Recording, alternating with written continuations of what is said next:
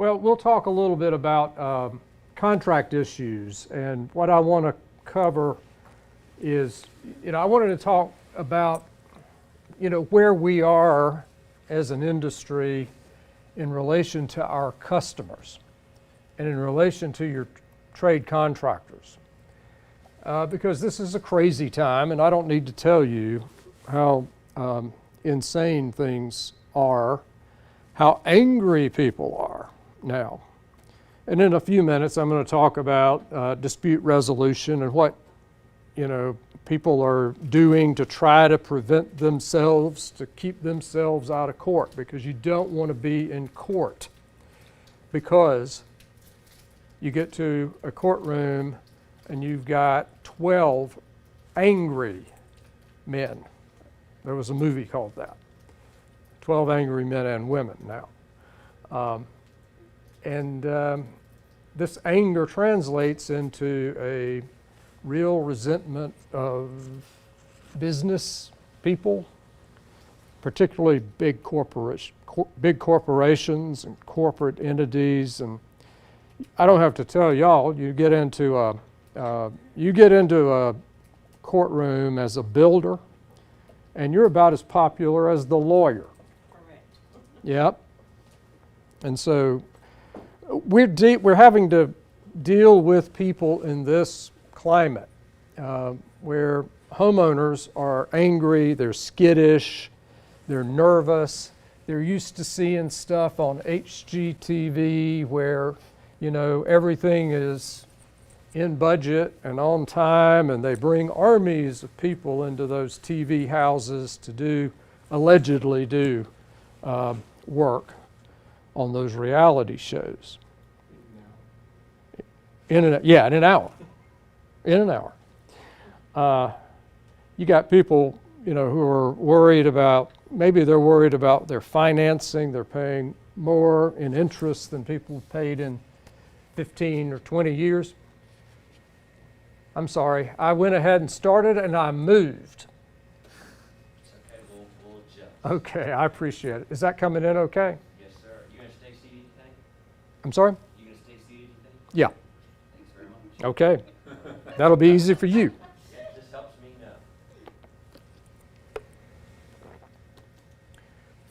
know. You're having trouble finding labor. You're having trouble finding materials. You're having trouble keeping people on task. Your subcontractors performing when they need to do it, how they need to do it. And you've got regulations, and you've got,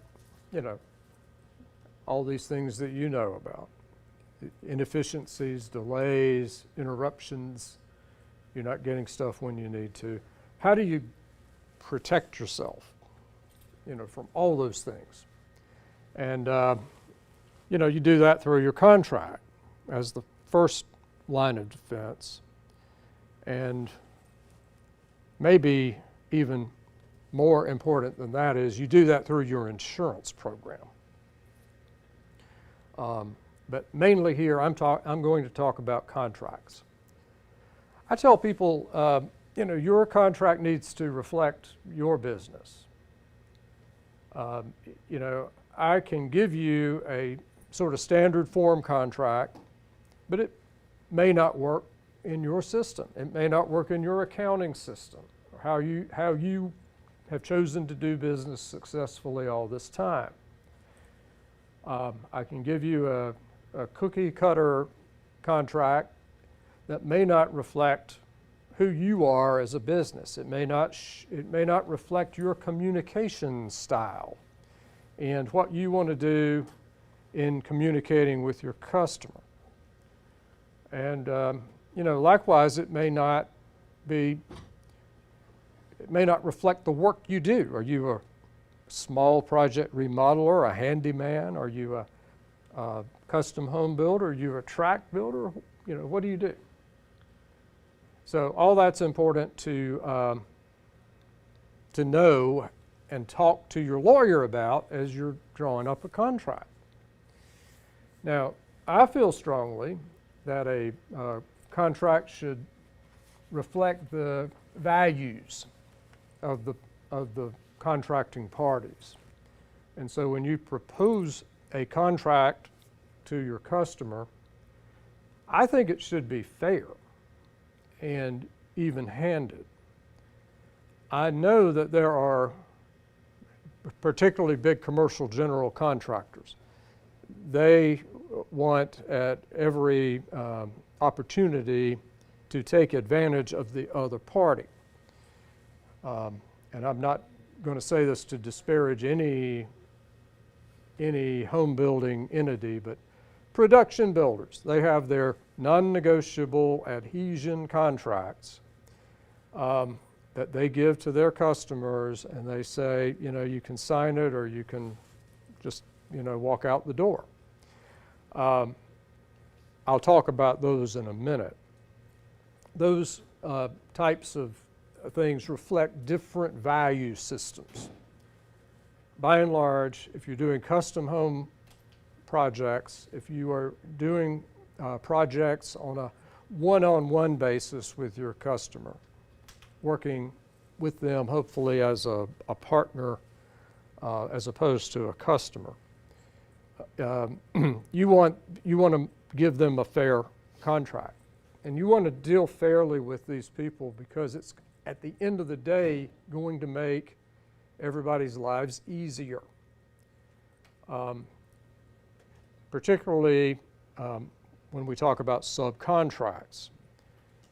Because if you treat your subcontractors and trade partners well and fairly, that makes the job go by easier too, because you're not putting them at a disadvantage financially.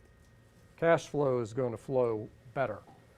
And everything should go well on all sides.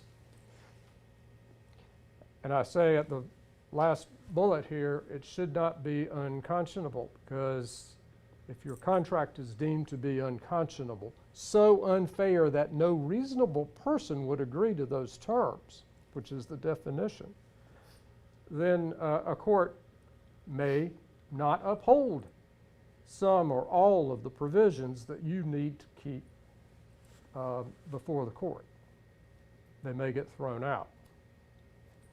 And again, builders are considered to have, you know, this higher negotiating powers by presenting this contract to them. And especially if you say, well, take it or leave it, it's not negotiable, then you're more likely to get a court to say it's not enforceable. So, housekeeping. There are some weird things that we have to have in contracts in South Carolina. One really weird thing that nobody else in the whole world asks or requires us to do is, if we want to have a contract that's going to be subject to the South Carolina Uniform Arbitration Act, there's got to be a big notice on the front page. The very first page of the contract has to say, this agreement is subject to arbitration pursuant to the South Carolina Uniform Arbitration Act and or the Federal Arbitration Act. So it's got to say that. It's got to be, you know, bold and all that, underlined and all that, according to our statute, which was written to discourage people from entering into arbitration agreements for some reason. You know, the contract ought to be dated. Duh. It ought to be signed, for goodness sake. How many times have I seen contracts that only one party signed? That's a problem. It's got to set out what the scope of work is. And by that I mean you should refer to all of the design documents, every single page of them. And of course, it's better to initial every page just to make sure there's no question that you didn't slide something in on them. So, question. Yeah. If you don't have the arbitration notice in there, how would a court look at that? Would they say this contract's not valid at that point, or would they just it's not that the contract's invalid, it's just that you can't enforce arbitration under the state act. However, there's also a federal arbitration act that supersedes the state requirements. Now, if you just have an intra-state agreement, you're dealing in South Carolina with a South Carolina customer, and you're only using like local native material to go into the house, then this is considered a South Carolina state contract, not subject to interstate commerce, not under the federal act. But that's not how things happen. And we've got a lot of case law that says home building contracts, and by that I mean a contract to build a house or remodel a house, inherently involve interstate commerce. You can't build a house that doesn't involve interstate commerce. You're getting wood from Canada or California or whatever, you know. Yeah, yeah. Or you're getting appliances from Tennessee, maybe. So, you know, it's considered inherently interstate. On the other hand, if you've completed a house and you're just selling the completed house, and part of your contract is, you know, you're just basically selling the house, then that's an intrastate deal. It only involves 2 South Carolina people. You're not doing any more building. And so that would be where you've got to be very careful. You've got to have the arbitration notice if you want to keep them in arbitration. Okay?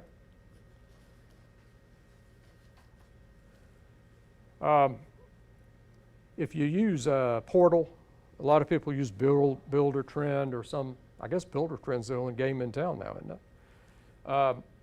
Then you probably want to refer to that in your contract. Again, let it reflect your business practices. If you use Builder Trend, you're going to bring a lot of different tools into play. A whole different communication structure exists. You're going to work on your change orders through that. They're going to do their selections through that. And you ought to just put that in your contract. What is your change order procedure? How do you handle those? You know, how formal do you want to be?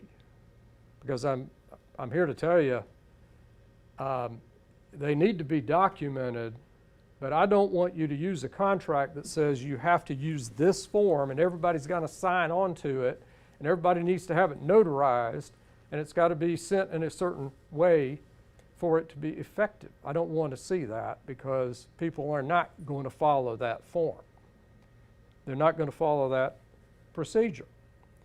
And so maybe you just, if you run your business sort of informally, maybe you want to say any written form of communication is enough to bind the parties to a change order. But again, I've got to leave it to my client who I'm advising on the contract to say what that procedure should be. I want it to be pretty definite. I don't want there to be any ambiguity in it. And so I don't think a text message is a very good way to do that. But you know, there needs to be a dialogue between you, the builder, and the lawyer to make sure that's all covered. Let's say particularly in a remodeling contract that you know, you're doing some remodeling work, your customer is staying in the house, they've got small children, you are going to want to protect yourself with some sort of release of liability there. You want to tell them, hey, don't go into the work area. Hey, protect your children from going around the work area. You're going to have to release me of any damages if you violate that. Likewise, if you're a new home builder, people want to show up at their house and they want to take pictures and they want to show their friends and all that. They need to indemnify you and hold you harmless if they take access to the property without somebody from your company being present. I think that's important because things like that happen every day.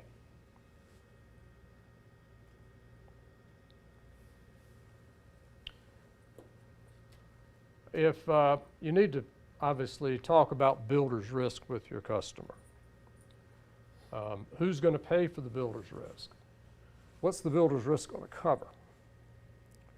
And who ultimately is going to pay for it? Is it a cost of the work or not? It should be.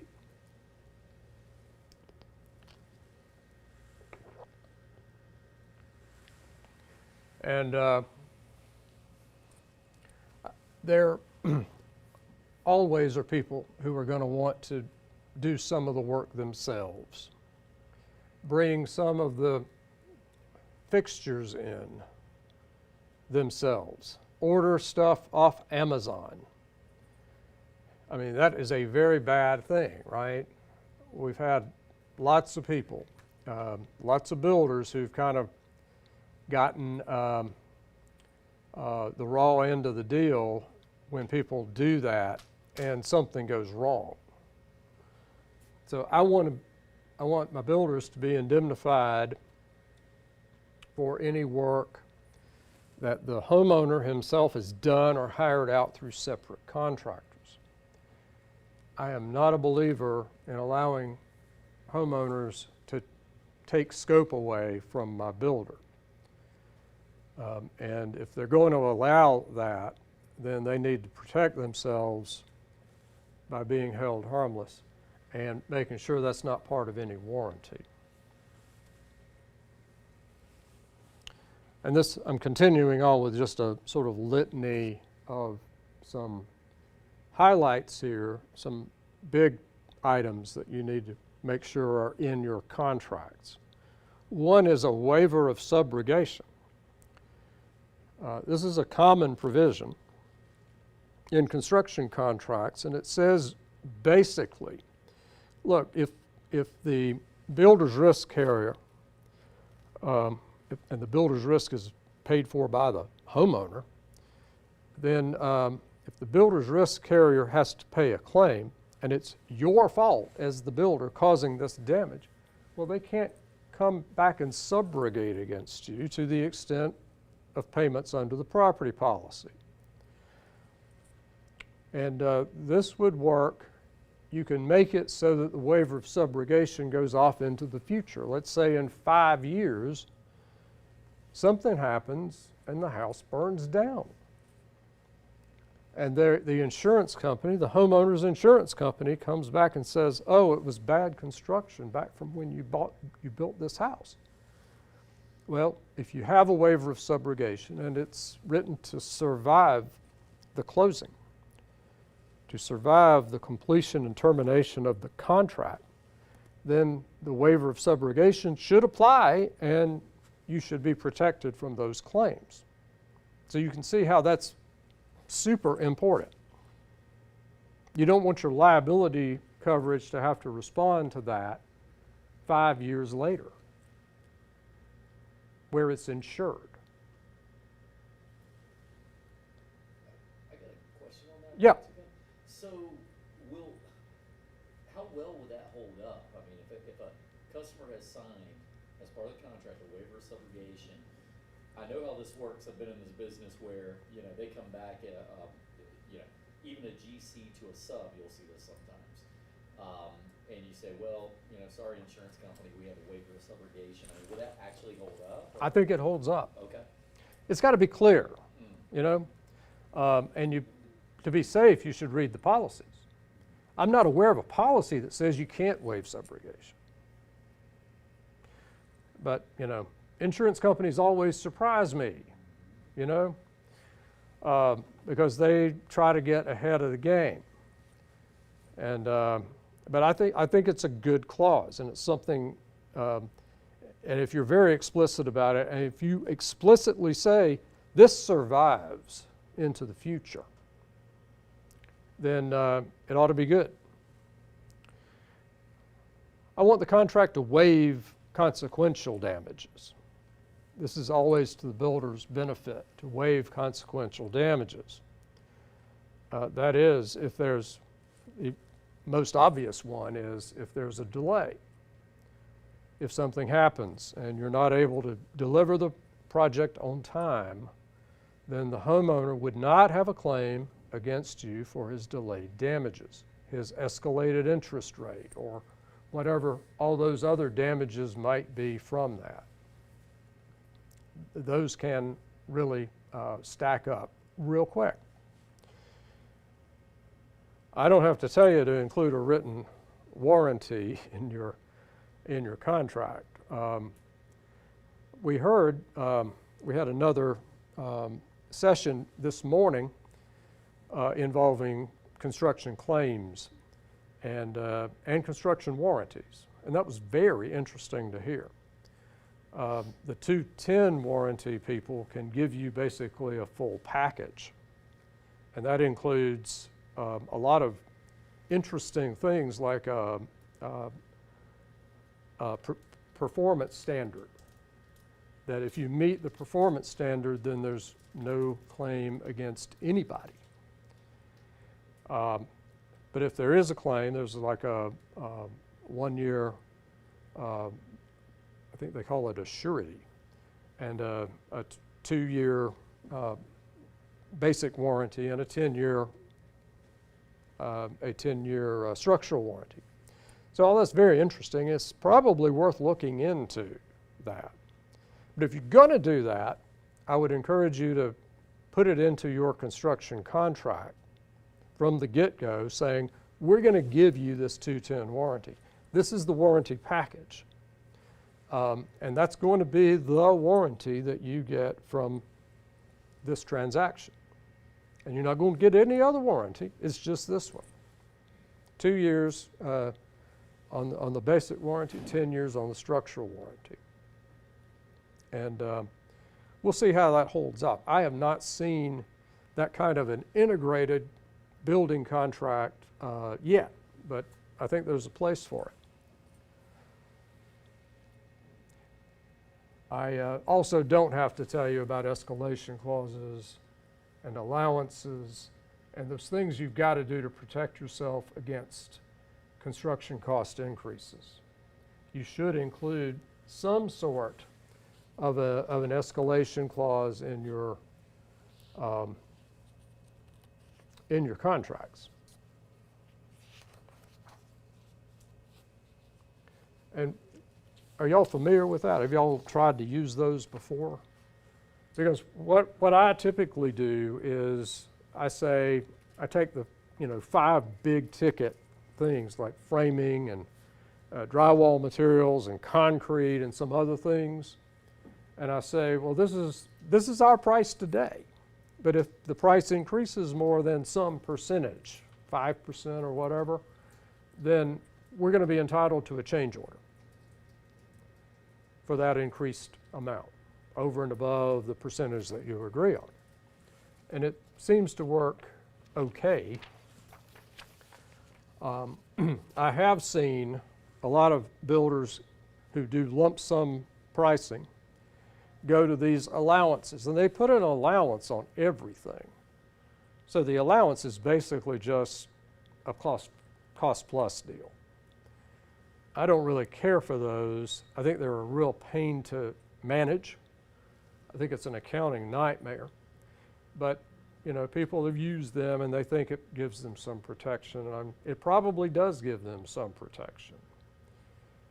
But anyway, it's very dicey.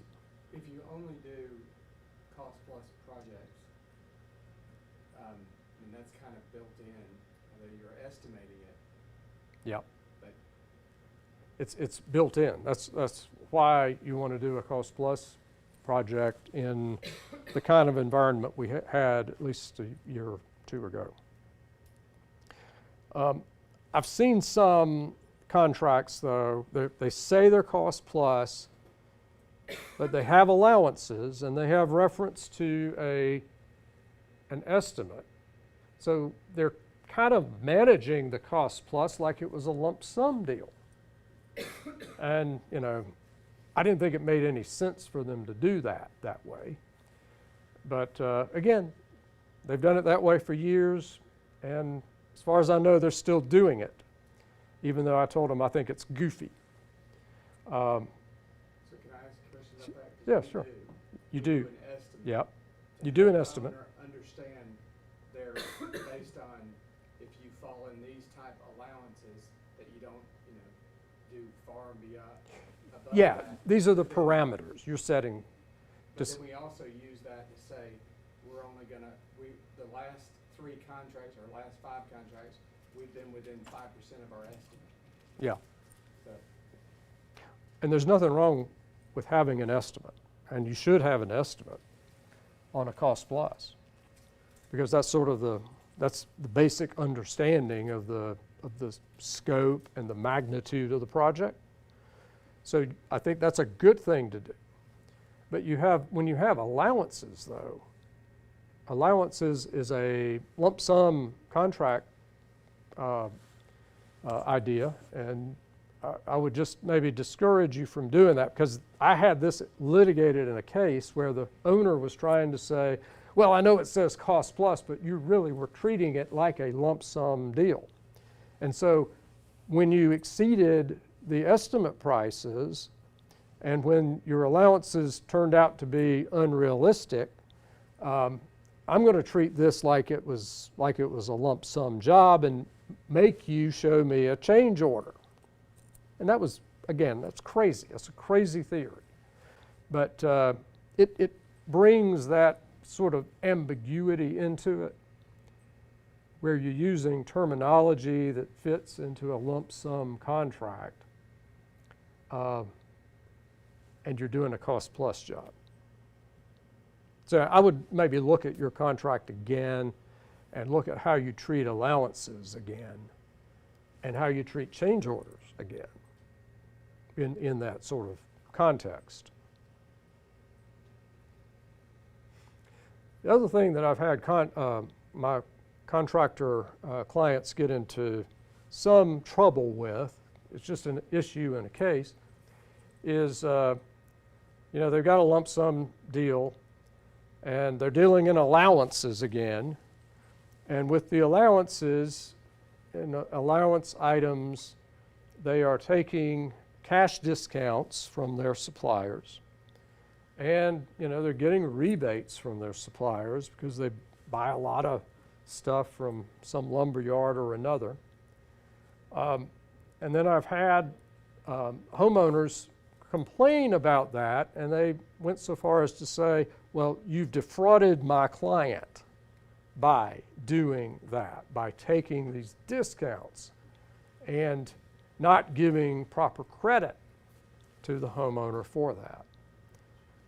So avoid all that. Just say, look, I get to keep my cash discounts. I get to keep all discounts and rebates. That all inures to my benefit as the builder, because you're the one with the relationship with these material suppliers that put you in that position. It's just not a benefit that the homeowner should receive. Now, this is also particularly important where you're a cost plus builder. In your cost plus agreement, you're going to need to be careful to say that if you want to retain these discounts and rebates and the like, you need to be very specific about that. Otherwise, they're going to expect you to give them credit. And they would be entitled to credit unless you said otherwise. Any questions about all that?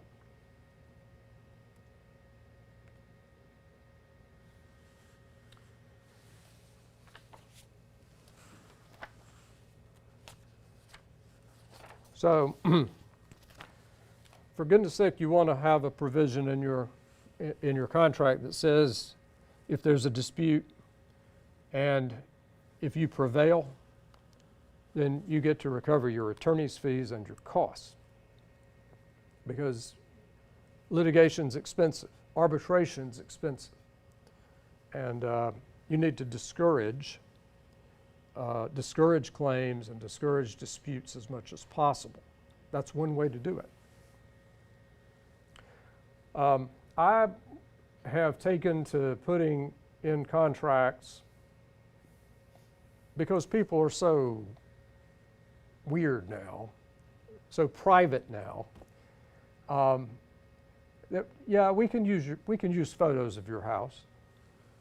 You know, my client wants to have photos for their portfolios, of course, for their websites. You know, we're not going to put your address on it. We're not going to show pictures of your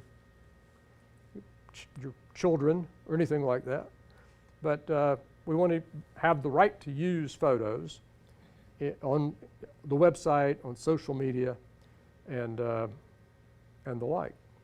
I also, we're concerned about security now.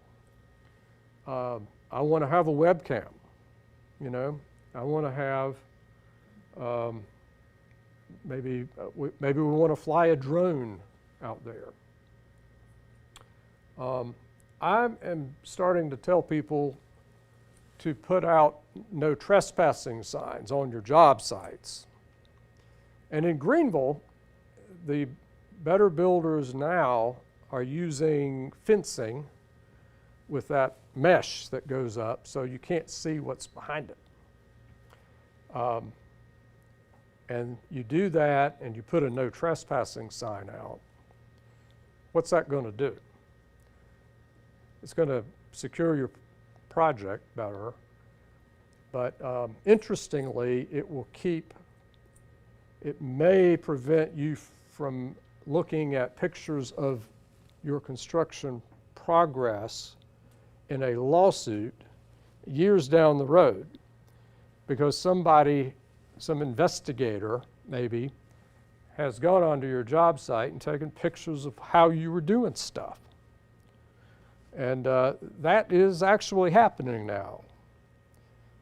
There are law firms who have so-called experts and investigators who will go from job to job, and they will take pictures of how the flashing was installed, and you know how the WRB was installed, and those pictures can be used in a lawsuit later on.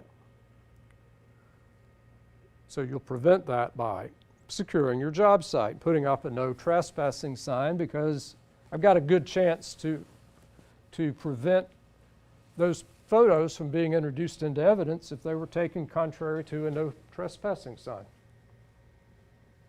I have a question. Hmm?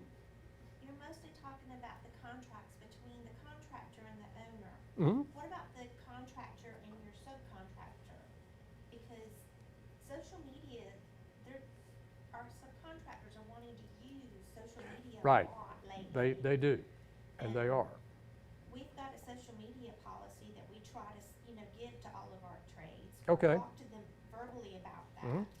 But is that something wise that we should put in contracts if we write a contract with our Yeah. subcontractors? Yeah, and I've done that at least a couple of times Okay, on builders' contracts with their trades. okay. You may want to are you interested in just shutting it down and not allowing that?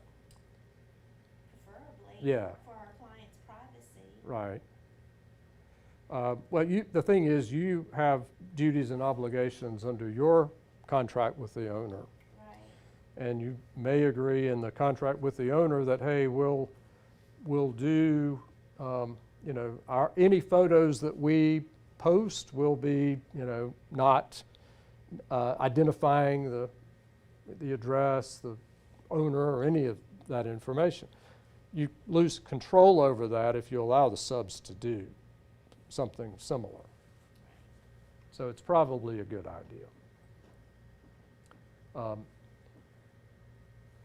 And I've got a whole section on subcontracts in a minute, Okay. but that's a good idea.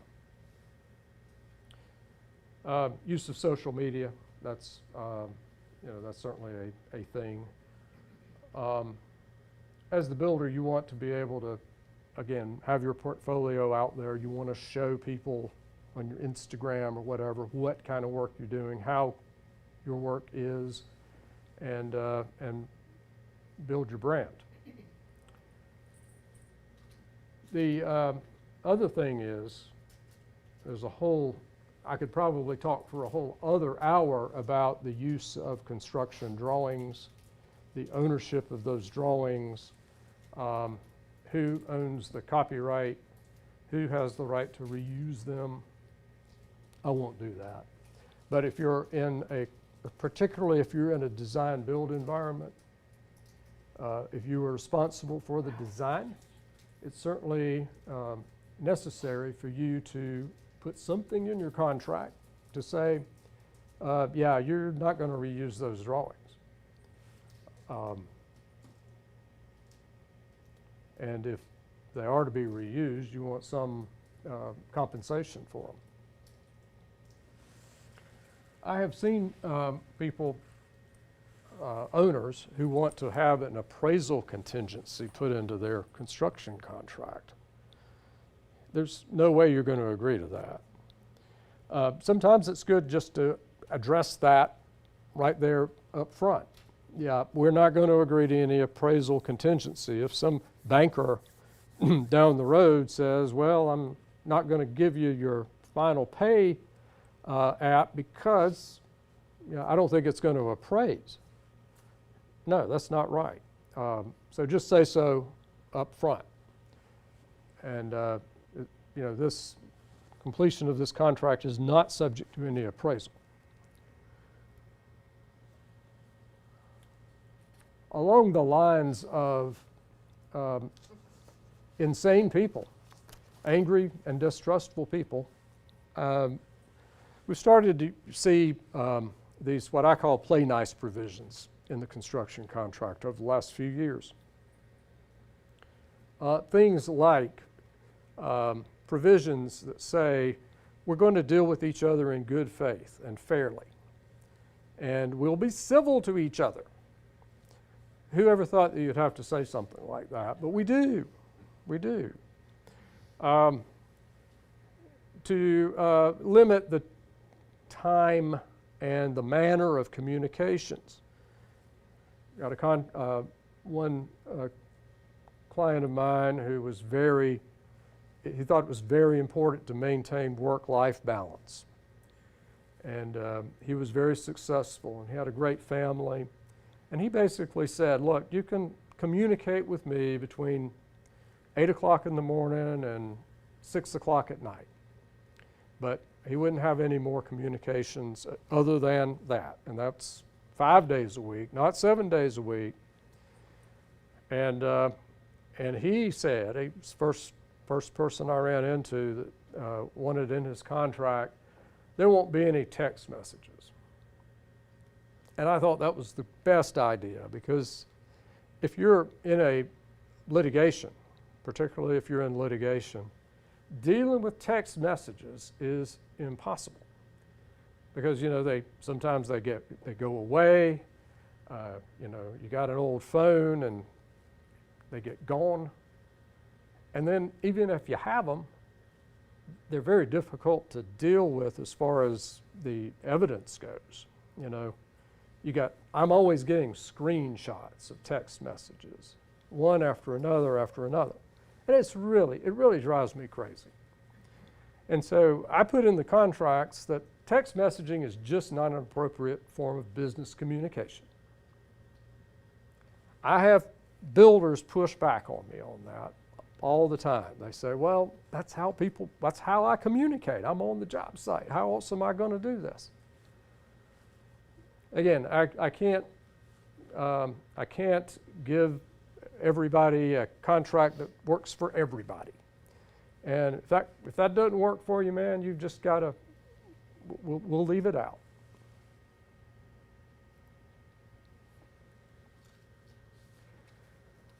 I mentioned arbitration.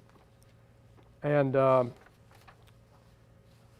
you have the best contract there is. Something's still going to go wrong. And so where do you want to position yourself in the event those things go wrong? Do you want to be in a private arbitration forum that's closed off to the public?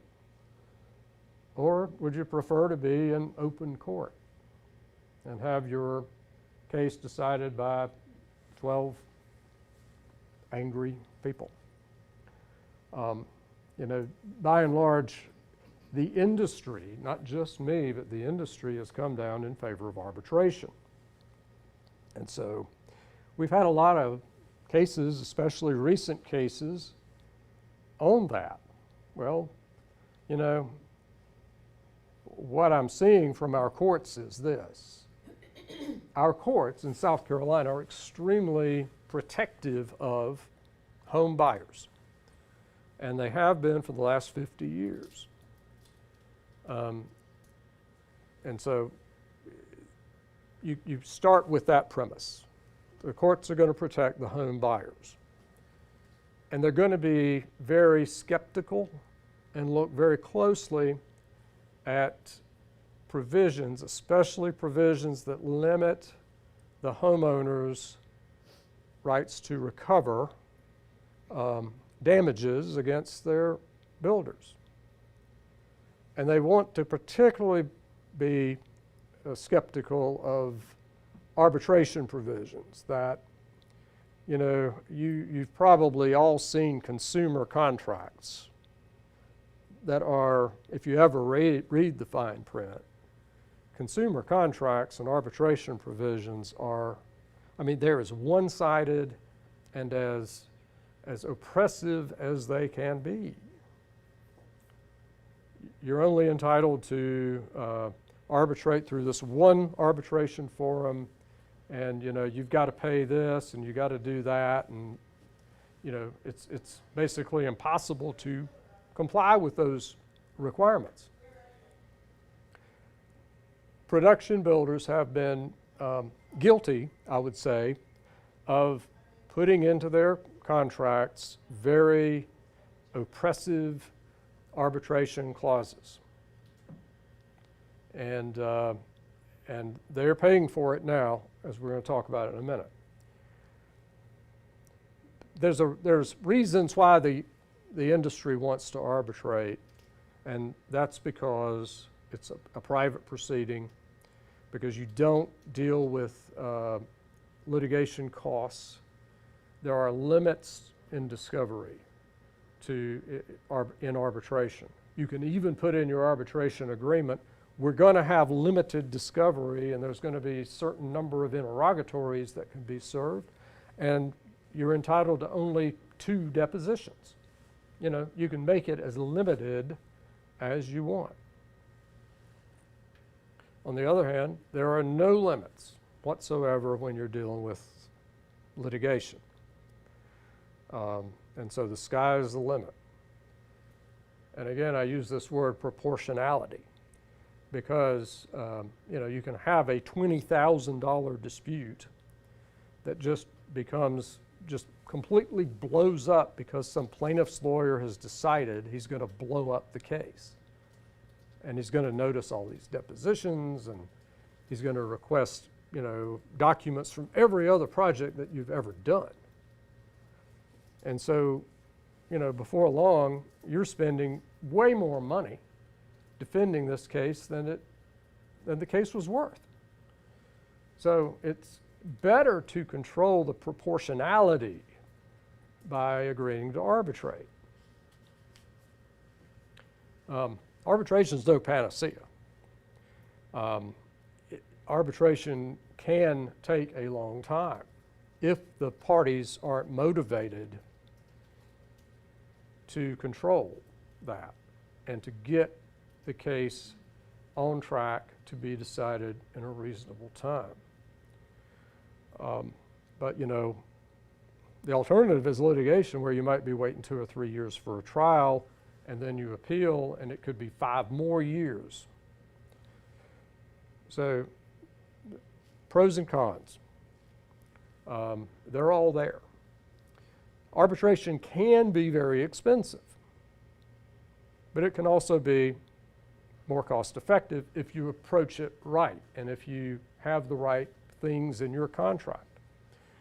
So many construction contracts sort of reflexively say we're going to arbitrate by the American Arbitration Association. And some people think that's good and it has its place, but it is extremely expensive. To even file a very small arbitration with the AAA costs you $1,000. That doesn't work. In a lot of smaller cases, it doesn't work.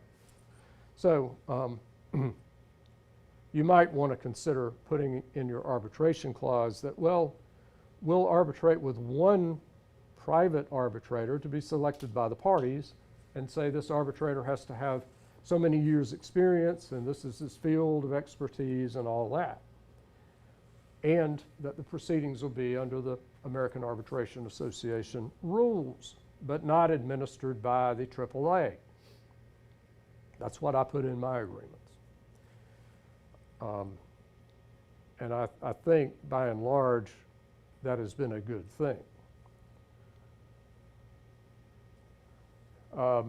I talked about some of these. With arbitration, I can even designate who the arbitrator is in advance, if we want to agree on that. I think it's better to say it'll be, an arbitrator who has, I think I put in my contract, 20 years of experience as a construction attorney in South Carolina. And there's a lot of guys and women who are well qualified in South Carolina and will give you a fair result.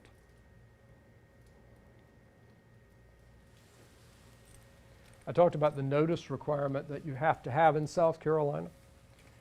I talked about whether the proceeding will be administered by the AAA or not. The arbitrator has certain powers, and by contract, I want in the contract to say that the arbitrator gets to decide if the dispute is subject to arbitration.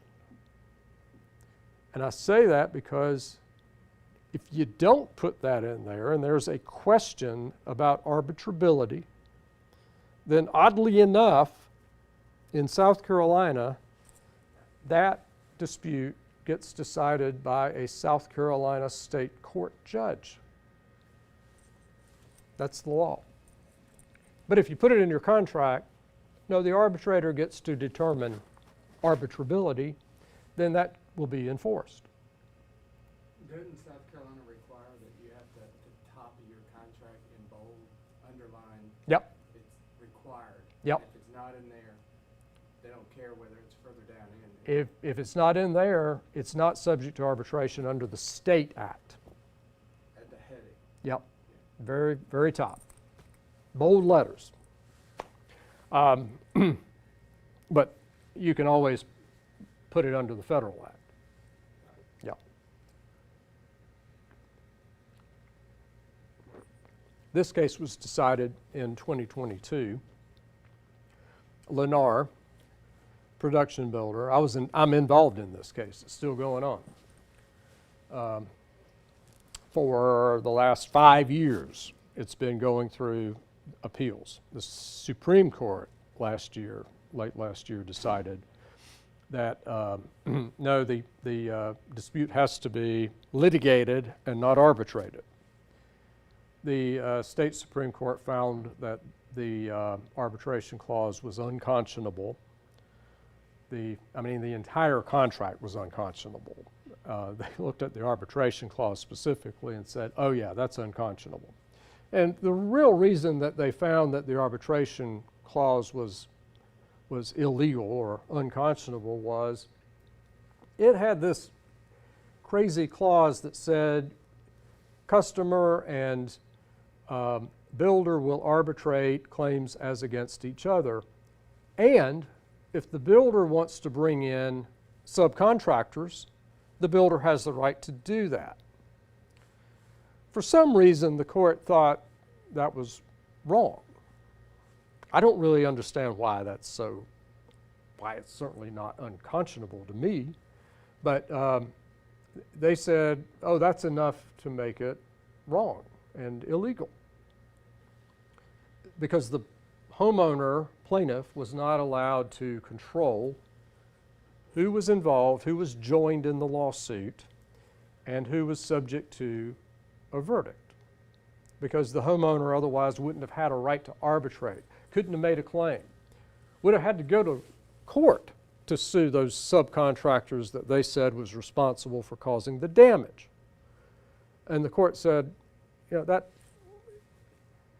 that to them was an unfair burden to place on the homeowner.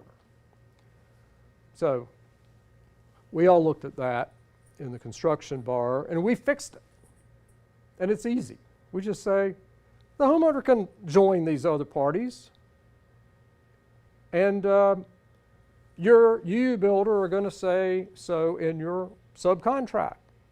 You say so in your subcontract that the subcontractor agrees to litigate in any forum or in any arbitration as between the homeowner and the builder, and subcontractor agrees to participate in any arbitration proceeding commenced by the owner. Easy. I also adopt the AAA rules in my contract.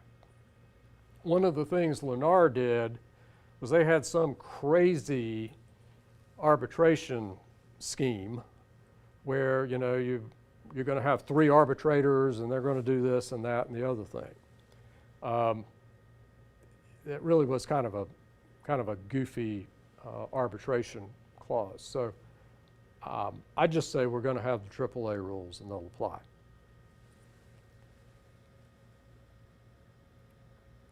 We got a new decision just about 2 months ago that was good for the building industry. This was the Great Southern Homes case. This is a Court of Appeals decision, not a Supreme Court decision. Maybe the last word hasn't been had yet on that. But the Court of Appeals said that against an unconscionability argument, that no, the terms of this agreement were even-handed. And they weren't inconsistent, and they didn't bar the plaintiff, the homeowner, from bringing claims against other people. It was not as onerous as the Lennar one. It was a fairer contract, and that fair contract ended up being subject to arbitration. So I go back to what I said on that first slide. You know, if the contract's fair and even-handed, then you have a better chance of it holding up. And so that was borne out there. We'll see what the Supreme Court says. I may be back next year or in 5 years and say, well, the Supreme Court struck that one down. Now I wanted to talk about subcontract agreements.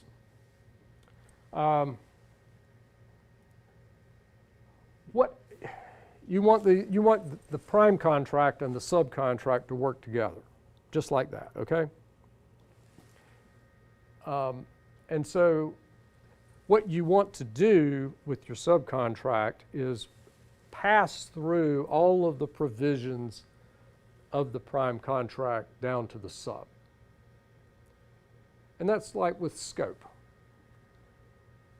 And what you see in these subcontracts is the subcontractor agreeing to undertake all of the builder's obligations under the prime contract for that scope of work. So that's how that works. So there can be no question the sub is responsible for doing all those things that you're responsible to do with respect to the roof, if it's the roof work, you know? And so you want to incorporate the prime contract documents. You want to incorporate all those documents that were listed in your building agreement. You know, drawings 1 through 25, dated such and such a thing. All those specifications. All those contract documents, the very prime contract you want to adopt and incorporate in the subcontract. And you can take out the price information, you should do that.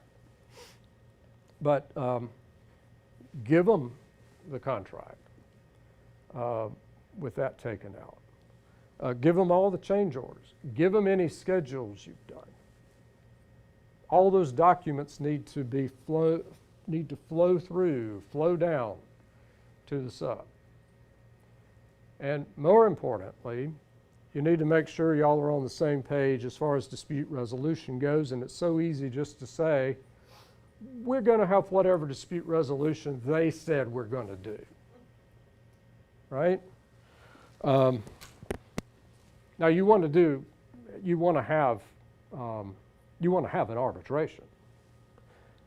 And you want to make sure that if you've got a homeowner that won't agree to some form or fashion of the dispute resolution, that you're on the same, you are arbitrating in the same forum. Do you note that in the contract to the client that you're going to be doing that with the subcontractor? I'm going to put that in the dispute resolution clause of the prime contract to get around what the D'Amico case said about, oh, well, they can't sue them in arbitration. No, I'm going to tell the customer that we're going to make the subcontractor pursue this arbitration, and they can be sued by the homeowner. May I interject something? I'm sorry. No, go ahead. I love this stuff. On the subcontractor agreements, as a general contractor, we have ourselves been a subcontractor before. Yep. And have been asked to sign contracts like that. Yep. So we have requested their contract. Yep. Which a lot of people don't do. They've got to give them to you. I know, we requested it and that protected us. Yeah. 'Cause If we they were won't able- give them it's a to you, double-edged sword. it really is. It's a double-edged sword. You could use it to your favor. Mm-hmm. If you're ever in a situation as a general contractor, acting as a subcontractor for Yep. somebody. Yeah, for sure. And, on commercial jobs, Which we do too. yeah, and I see, I have trade contractors that I represent, especially in commercial jobs. And some of the stuff these GCs are trying to do in their subcontract agreements really are awful. I mean, they should be ashamed of themselves. But, you're certainly entitled to get those, to get the prime contract. It can be redacted, like I said, but they're entitled to know what they're agreeing to. Right. Otherwise, I mean, that really is unreasonable and unconscionable. I mentioned scope, but insurance, again, if you are exposed, if you're telling your owner, hey, I've got, $5 million of CGL coverage and I've got a $5 million umbrella, you might want to be sure that you've got some similar provisions in the insurance requirements with your subcontractors too. And I know sometimes that's difficult, and you're seeing people with $1 million limits, and that's all they can get. But that's pretty important that you not expose your carrier and your coverage to a situation where your subs who are doing all the work are underinsured. That doesn't really work too well. AI, additional insurance provisions, you will want to say in your subcontract that you, the builder, are entitled to be considered an insured under the sub's policy. And part of that is you may want to go as far as to say you'll give me a copy of that policy, not just a certificate of insurance. And your certificate of insurance will say it's not cancelable without notice and that you're not going to have some particular exclusions as part of the sub's policy. And this morning, in our session on insurance and warranties, we heard some good information about how some insurance companies are selling coverage in this state that doesn't cover anything. It's a real, almost a fraud, frankly, because they don't cover anything. How can they do that legally? That's what I'd like to know. I mean, talk about unconscionable. It's unconscionable to say, yeah, I'm going to sell you a policy of liability insurance to you, Mr. Roofer. But you got an exclusion here for any damages due to roof problems. Right. Yeah, That, I mean, that just goes around in a circle. That didn't mean anything. yeah. And somebody this morning, you were there, right? You heard them talk about the painter who had an overspray exclusion in the painter's policy. But he sprayed the houses and the cars and the traffic. Yeah, yeah. Indemnity. Indemnity is very important. And indemnity can be a difficult issue. A lot of lawyers don't understand it. But we have what's called an anti-indemnity statute in this state that says you cannot, in a construction contract, you cannot agree that you will be entitled to indemnification for your sole negligence. So you've got to kind of work around that a little bit to say, yeah, sub, within the scope of your work and to the extent of your fault, you're going to indemnify me. And you're going to name me as an additional insured under your policy. Indemnity is tough. And it's something you just got to be careful with to make sure that you're entitled to enforce it. Another checklist. So here's some things. Independent contractor, not an employee. You want him to be licensed. If he's got to get a permit to do his part of the work, make sure he can get the permit. There was, some discussion about licensed and registered residential specialty contractors. That's an issue with the LLR, right?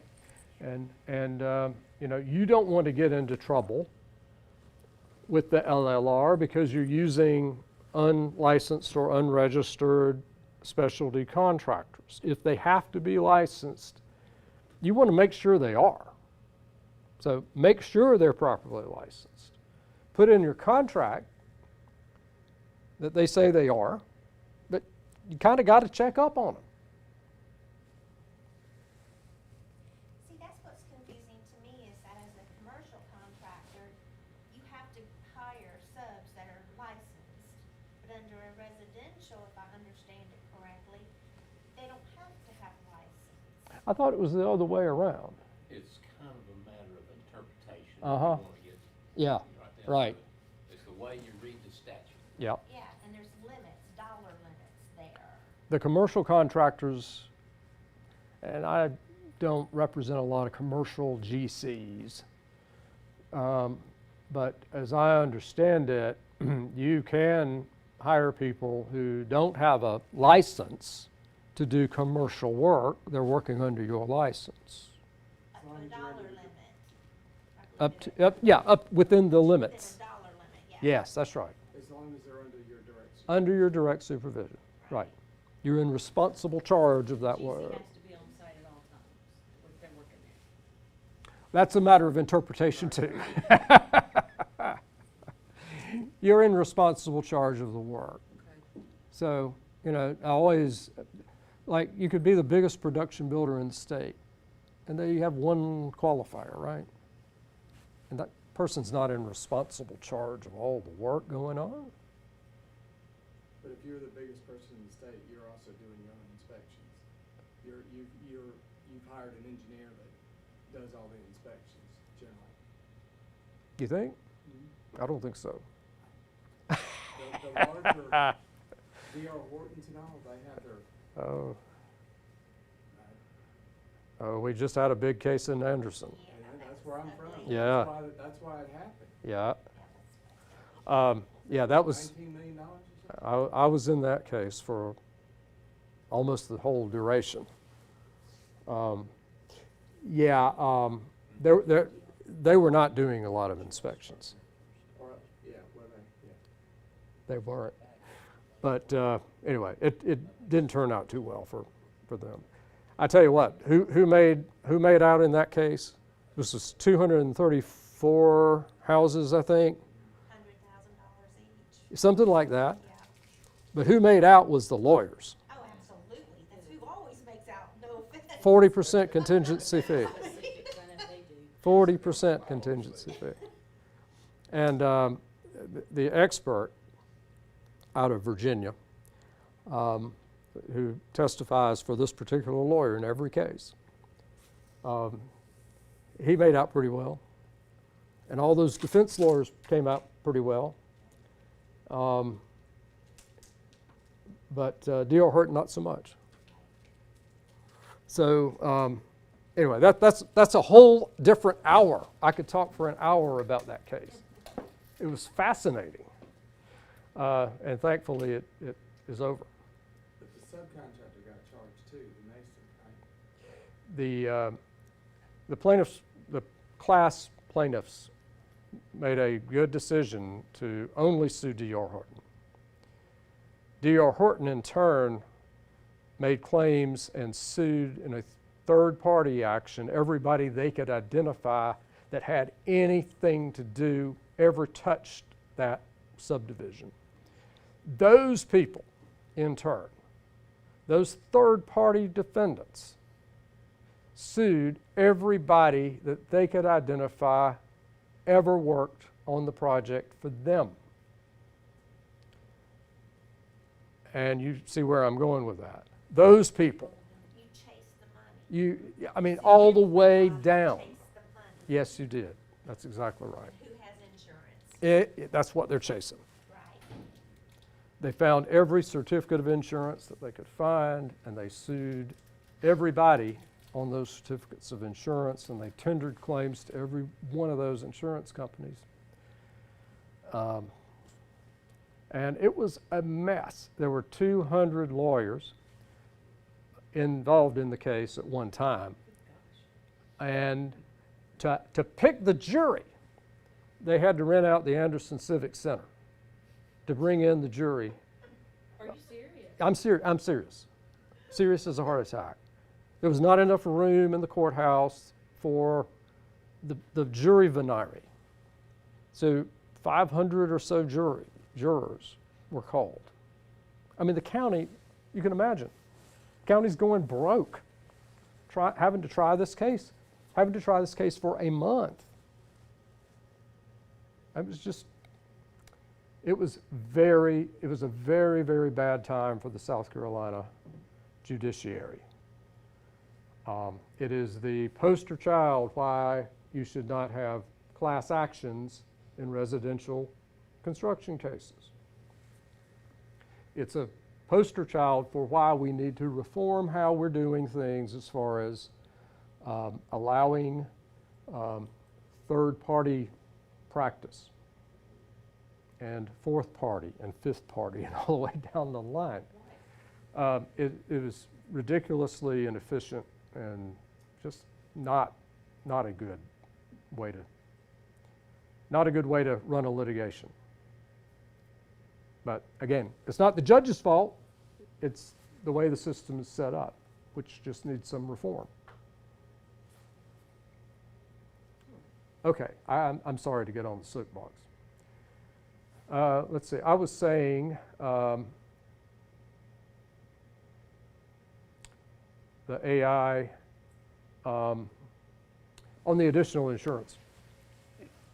this is where your insurance broker, your own insurance broker comes into play. I think you need to probably consult with your broker about the additional insured coverage that you're telling your sub you have to get. He's going to give you some forms that you can reference because he'll know what those forms are that you don't want your sub to have. Some exclusions that you don't want your sub to have. And he'll be able to work with you and give you some advice on that. And I'm sure he'll be happy to do that. And if he can't do that or won't do that, you might want to think about going to another broker.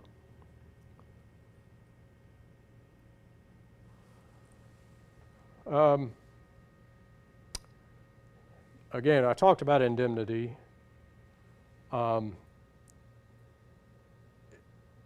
And, you know, one thing you want to be clear is to the extent there's some indemnity obligation that's not covered by your general liability insurance, you, Mr. Subcontractor, are still going to be responsible to me for that. Now, then you've got to make a judgment call about whether he's got the wherewithal to stand behind that. Another thing that's important is in the context of workers' comp. You know, you may be sued. In fact, it's more likely now than ever that you will be sued if there is an accident on the job to a subcontractor employee. We used to think that we had what we call statutory employer immunity, where the general contractor or home builder is entitled to immunity for workers' comp accidents that happen on the job to subs employees. That is very, very questionable now. We've had a lawsuit decided within the last 3 years against a company on that grounds, and I've had a judge say that basically a home builder is not entitled to statutory employer immunity. He says, the judge says, in fact, it is only a sword that can be used by the employee against the home builder and not a shield. So don't rely on getting any sort of immunity under the Workers' Comp Act. That's why you've got to say in your subcontract agreement, you know, you're going to indemnify me whether or not you are liable for these damages, because the sub's not liable. He's the direct employer. He's got workers' comp immunity, but you don't. You got to say very explicitly in your subcontract that that indemnity is going to cover you and protect you whether or not he's liable, whether or not this is a comp accident or not. And so, you know, there was a case last week, within the last 2-3 weeks, called J&H Grading. The court there said this pay when paid provision in the subcontract agreement was stricken down. Basically, the court was saying this is pay if paid. When it says, I, Mr. Builder, I will pay you, Mr. Subcontractor, when I get paid by the owner, and the owner, of course, doesn't pay. The Supreme Court, or the Court of Appeals here, said, no, that really is unlawful under South Carolina state law. It prevents which prevents anybody from saying that payment by another is a condition precedent to a payment obligation. That's a long way of saying it. Pay when paid is really very, very questionable now. And just like with your prime contract, you want to be sure you get attorney's fees if you prevail against your subcontractor. Now, I've got just another couple slides I wanted to talk about, and then we'll have some questions. Force majeure. We all heard about force majeure in 2020 during COVID. A good force majeure clause gave a lot of people relief during COVID because the government was saying, I can't do what I have to do to make your project work. Or I've got higher costs, and so I'm going to invoke my escalation clause. And maybe we just need to call the whole thing off for a while all this stuff gets sorted out. And we've got an emergency provision that says I can take certain actions, and you'll have to pay me for those actions in the event of an emergency. So all those things really kind of came to the forefront in 2020, and it made us contract lawyers look pretty good at times, or pretty bad at times, depending on how we wrote the contracts. So I've got a few other slides here, but I think a lot of those slides were kind of designed in the context of, how do you deal with COVID type situations. I'm hoping we never have to do that again, but we have to plan for it. So you want a good force majeure clause, and you want a good escalation clause. And I don't think we really need to get into anything else right now. I'd like to take some questions, just have a free-for-all. Yes, sir. Okay, so, and I don't know if this even really falls under your purview here, but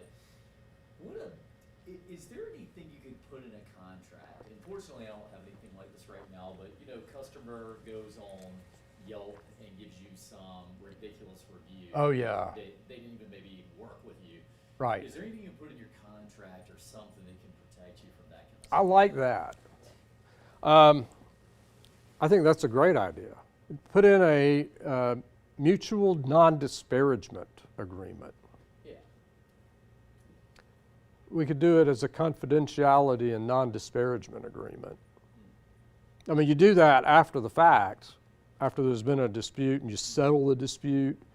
Typically, you want to have in your release agreement, some provision that says, we're not going to talk bad about each other anymore. We're not going to tell anybody how much the settlement was or any of that. But to address that up front, I think is a pretty good idea. There's no reason you couldn't do that. What do you think about on a remodel contract? And I was thinking this is something I might need to talk to my insurance person about, but we all know when you build a home, builder's risk policy, and that covers you. Sometimes you're doing a remodel project, and I was thinking through what you mentioned there with the insurance, and you're working on somebody's house, they've got a homeowner's insurance policy, you've got general liability. I'm trying to think of what you have recommendation wise for something you could put in there to make it clear to the customer as to maybe what their responsibilities are on insurance of Yeah. their home for that. Yeah. Thinking about like a 300 square foot living room addition to the back of their house. You know what I'm saying? Mm-hmm. Well, what you typically put in the contract is that the owner will maintain his usual homeowner's coverage. And of course, that will cover what's not within the boundaries of your work, right? And you'll have your builder's risk to cover that, typically. So he is obligated to keep his insurance in place. And you'll also have your waiver of subrogation, so if something goes wrong on your job, that his homeowner's carrier can't come back against you. What if you're doing a whole house remodel Hmm? in addition, so that every part of the house is being touched? I think you probably still want your owner to maintain his insurance. And then you'll have the builder's risk for the rest of for the whole house, since it's the whole project. I think that's typical. But I'd talk to the broker about that, because that's getting a little bit beyond my expertise. Okay, so I got one more. So Yep. this is one, I love the clause about, hey, we can use your pictures for marketing purposes. So where does that end though? Because we build a home for somebody, 10 years from now they sell it to somebody else. I've still got the picture on my website. You know what I'm saying? Yep, Like, yep. where does that end? Can you, in a sense, try to make that sound in a way that you could carry it on forever, even though it's? I guess you could. Yeah. I mean, you could. And as a legal matter, this is a contract that binds the successors and assigns in some ways.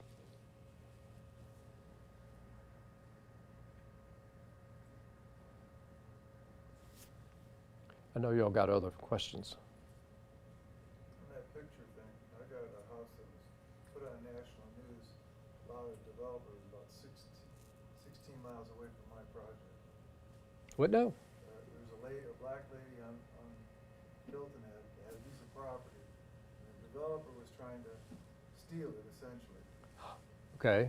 And they went around my property that I'm building on is not in a plantation or a development. Yeah.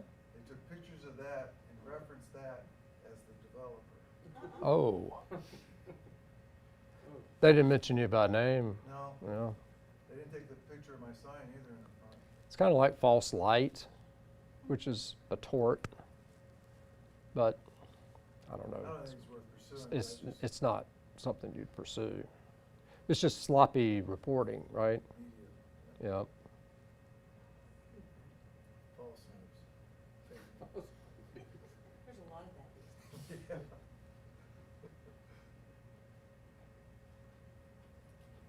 Anything else? All right, guys. Well, it's been a pleasure. If y'all want to talk about anything privately, I'll be here for a while. So thank y'all for your attention. I appreciate it. Thank you.